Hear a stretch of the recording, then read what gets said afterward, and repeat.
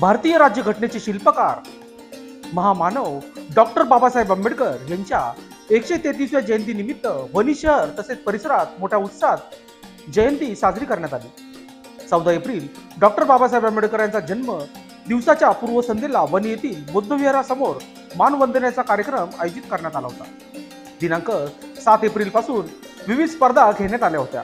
त्याचे बक्षीस सन्मानपत्रक व सन्मानचिन्ह वितरण मान्यवरांच्या हस्ते करण्यात आले। तसेच मनोरंजनाचा होम मिनिस्टर हा कार्यक्रम तसेच 12 एप्रिल रोजी महात्मा ज्योतिबा फुले जयंती निमित्त जावेद शेख यांचे व्याख्यान आयोजित करण्यात आले होते।